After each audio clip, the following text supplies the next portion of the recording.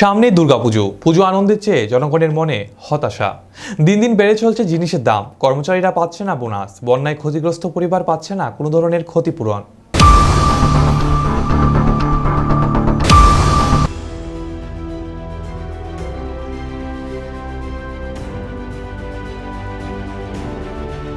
CITU বিভিন্ন দাবি নিয়ে শ্রম কমিশনারের নিকট গণডেপুটেশন দেয়। ডেপুটেশনে নিজের দাবি রাখতে গিয়ে প্রাক্তন মন্ত্রী মানিক দে জানান, রাজ্যের বন্যায় ক্ষতিগ্রস্ত পরিবারদের এখনো ক্ষতিপূরণ দেওয়া হয়নি।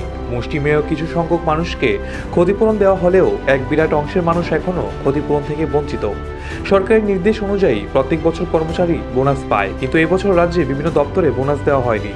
এদিকে জিনিসের মূল্য দিন দিন বেড়েই চলছে। মূল্য হ্রাস এবং অস্থায়ী কর্মচারীদের স্থায়ীকরণ করা, কর্মচারীদের বোনাস প্রদান এবং বন্যায় ক্ষতিগ্রস্ত পরিবারকে ক্ষতিপূরণ দেওয়া, কাজের মজুরি বৃদ্ধি, এই সমস্ত দাবি নিয়ে সিআইটিইউ শ্রম কমিশনের নিকট গণডেপুটেশন দেয়।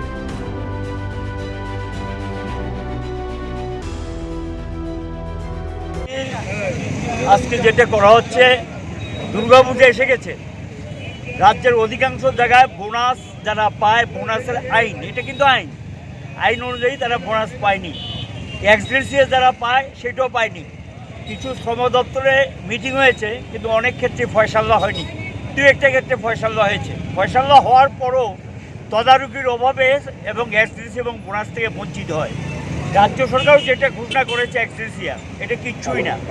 জিনিসের দাম বাড়ছে আর এক্সগ্রেসিয়া আগের জায়গায় দাঁড়িয়ে আছে। এটা প্রতিবাদে একটা হল গিয়ে আমাদের। দ্বিতীয় হল গিয়ে বন্যায় ক্ষতিগ্রস্ত শ্রমজীবীরা, তাদের বাড়িঘর পুনর্নির্মাণ এবং তার সঙ্গে দেখা যায় পুনর্নির্মাণে কোনো হেলদোল নেই।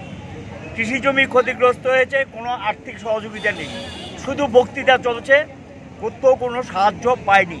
এবং বন্যার্থে যারা ক্ষতিগ্রস্ত হয়েছে তাদেরকে এটা দিতে হবে। দলবাজি চলছে, অসম্ভব দলবাজি। যারা বামপন্থী মনোভাবাপন্ন তারা ক্ষতিগ্রস্ত, কিন্তু তাদেরকে অর্থ বা টাকা পয়সা দিচ্ছে না এবং সেখানে তারা ক্ষতিপূরণ পাচ্ছে না। তারপর এদিকে দেখা যাচ্ছে যারা বন্যায় শেষ হয়ে গেছে তাদের উপরে যুগ জুলুম চলছে অর্থ আদায় করার জন্য। বর্তমানে বন্ধন ব্যাংক এই জাতীয় যারা আছে এবং ব্যাংকগুলো ঋণ আদায় করার জন্য চেষ্টা করছে। আমরা বলছি ঋণ আদায় স্থগিত রাখতে হবে। দ্বিতীয় যেটা, শ্রমক্ষেত্রে মহিলাদের উপর নির্যাতন চলছে, তাদের সম্মান মর্যাদা হানি হচ্ছে এবং সেই মর্যাদা পাচ্ছে না। নারী নির্যাতন বেড়ে গেছে। এটার বিরুদ্ধে আমরা পরিষ্কারভাবে বলছি যে এটা চলবে না এবং এটা বন্ধ করতে হবে এবং শ্রমিকদের উপরে অত্যাচার বন্ধ করতে হবে।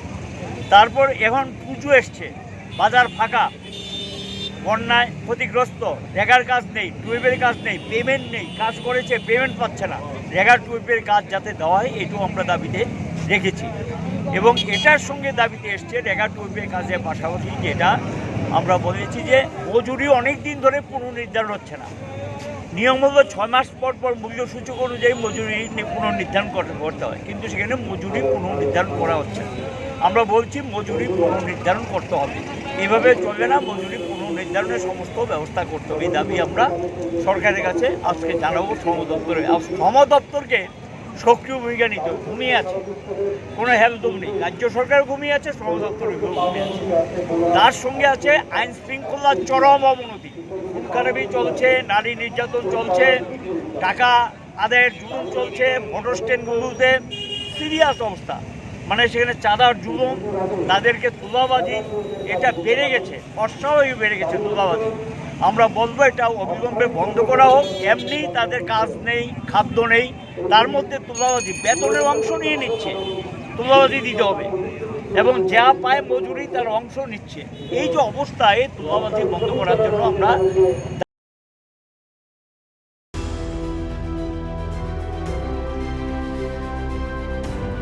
নিজস্ব প্রতিনিধি রিপোর্ট, এশিয়ান টাইমস।